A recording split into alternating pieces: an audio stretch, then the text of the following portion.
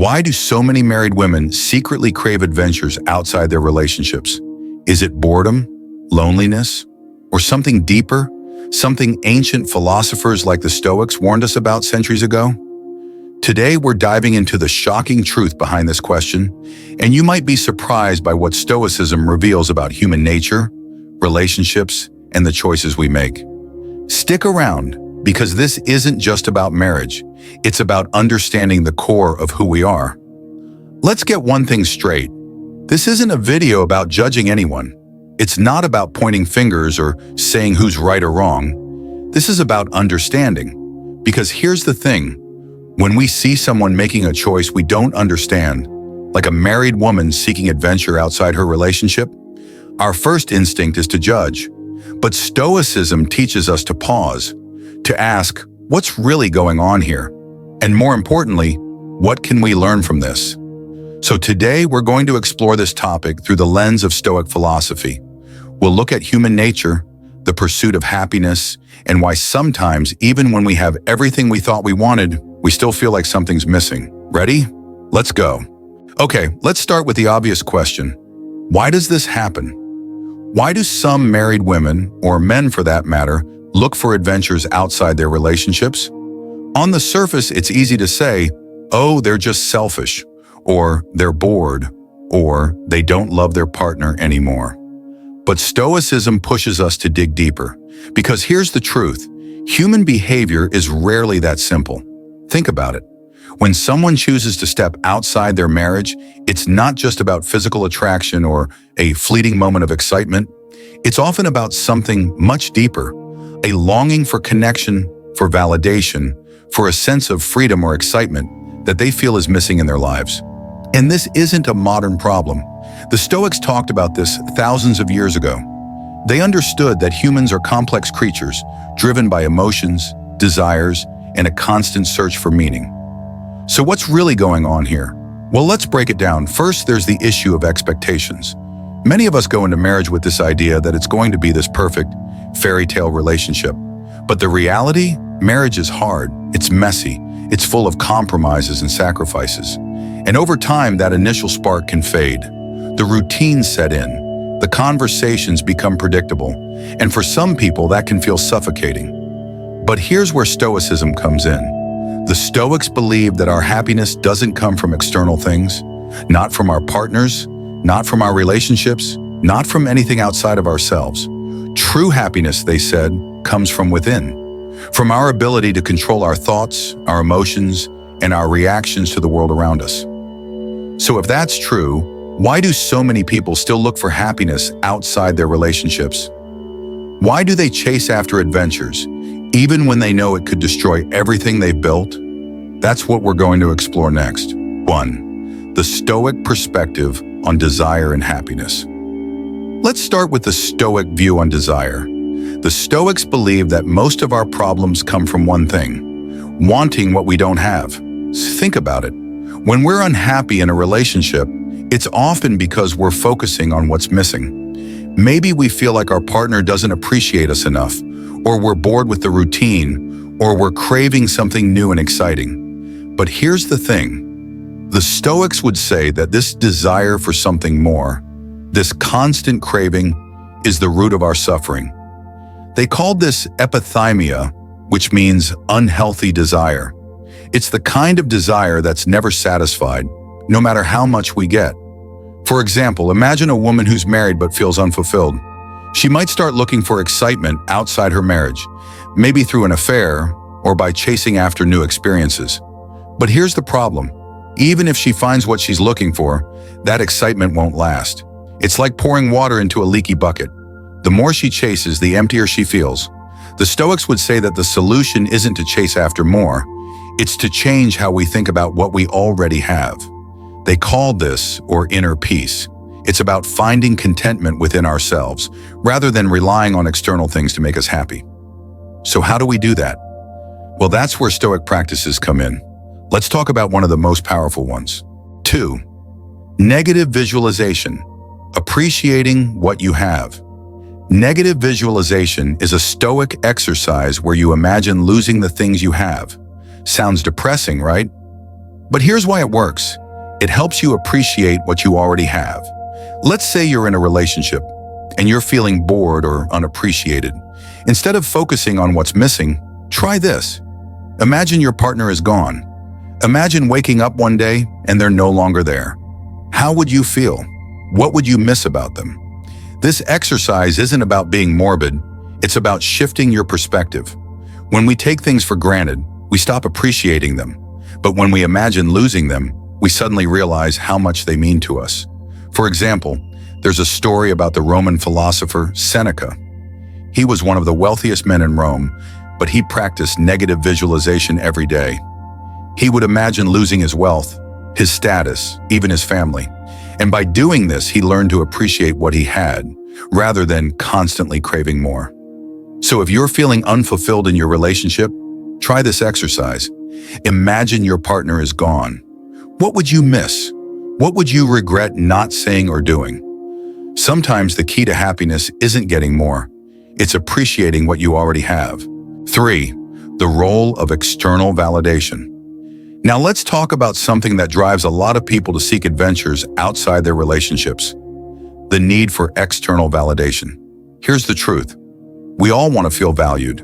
We want to feel seen, appreciated, and desired. And when we don't get that in our relationships, it's easy to start looking for it elsewhere.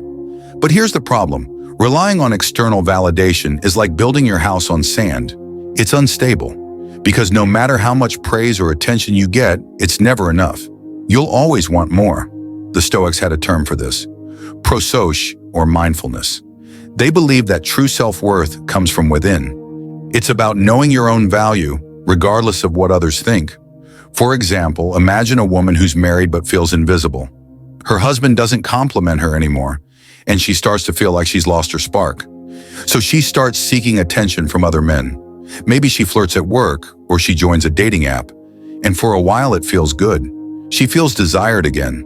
But here's the thing, that feeling won't last, because deep down, she's still looking for someone else to validate her. And until she learns to validate herself, she'll always be chasing that feeling. So how do we break this cycle? Well, that's where Stoic self-discipline comes in. Let's talk about that next. 4. Self-discipline and the power of choice. One of the core principles of Stoicism is self-discipline. The Stoics believe that we can't control what happens to us, but we can control how we respond, and that's where our power lies. Let's go back to our example. Imagine a woman who's tempted to seek adventure outside her marriage. She's feeling lonely, unappreciated, and bored. And then she meets someone who makes her feel alive again. At this moment, she has a choice. She can give in to her desires, or she can pause and ask herself, is this really what I want? Or am I just trying to fill a void? This is where Stoic self-discipline comes in. It's about recognizing your impulses, but not letting them control you. It's about making choices based on your values, not your emotions. For example, the Stoic philosopher Epictetus was born a slave, but he became one of the most respected teachers of his time. How? By practicing self-discipline. He believed that true freedom comes from mastering your own mind. So if you're feeling tempted to seek happiness outside your relationship, ask yourself, what's driving this desire? Is it a need for validation, a fear of missing out, or something else? And then make a choice based on what you truly value, not just what feels good in the moment. 5. The role of society and modern pressures. Now let's talk about something that makes all of this even harder. Modern society. We live in a world that's constantly telling us to want more. More money, more success, more excitement. And relationships are no exception. We're bombarded with images of perfect couples, fairy tale romances, and endless adventures. And when our own relationships don't measure up, it's easy to feel like we're missing out. But here's the thing. The Stoics would say that this is all an illusion. They called it fantasia, or false impressions. It's the idea that we're constantly being tricked by our own perceptions. For example, think about social media. We see these curated highlight reels of other people's lives and we start to compare. We think, why isn't my relationship like that? But here's the truth. What you're seeing isn't real. It's a carefully crafted image designed to make you feel like you're missing out. So how do we break free from this? Well, the Stoics would say, focus on what's real. Focus on your own life, your own values, and your own relationships. Don't let society's expectations dictate your happiness. For example, Marcus Aurelius, the Roman emperor and Stoic philosopher, wrote in his journal every night. He would reflect on his day, his choices, and his values. And by doing this, he stayed grounded in what truly mattered. So if you're feeling pressured by society's expectations, try this. Take a step back. Ask yourself, what do I really want? Not what society tells me to want, but what truly matters to me. And then focus on that. 6. The power of amor. Fati, loving your fate. Finally, let's talk about one of the most powerful Stoic concepts, amor fati, or loving your fate. The idea is simple. Instead of resisting what happens to us, we should embrace it. Instead of wishing things were different, we should accept them as they are. Let's go back to our example. Imagine a woman who's unhappy in her marriage. She's tempted to seek adventure outside her relationship, but instead she chooses to embrace her situation. She says, "This is my life, this is my marriage, and instead of running away from it, I'm going to make the best of it." This doesn't mean she has to stay in a toxic or abusive relationship, but it does mean taking responsibility for her own happiness. It means finding joy in the present moment, rather than constantly chasing after something better. For example, there's a story about the Stoic philosopher Zeno. He was a wealthy merchant, but he lost everything in a shipwreck. Instead of despairing, he said, "Fortune has done me a favor. Now I can focus on philosophy." And he went on to become one of the greatest Stoic teachers of all time. So if you're feeling stuck in your relationship, try this. Instead of focusing on what's missing, focus on what you can do to make it better. Instead of wishing things were different, embrace them as they are.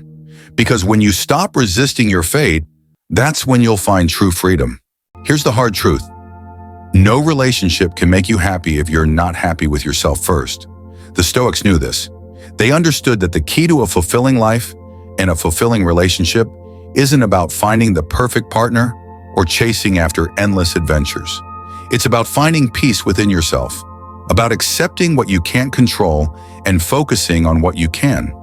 So if you're feeling stuck in your relationship, or if you're tempted to seek happiness outside of it, ask yourself this. What am I really looking for? Is it excitement, validation, freedom? And then ask, can I find that within myself? Because here's the thing.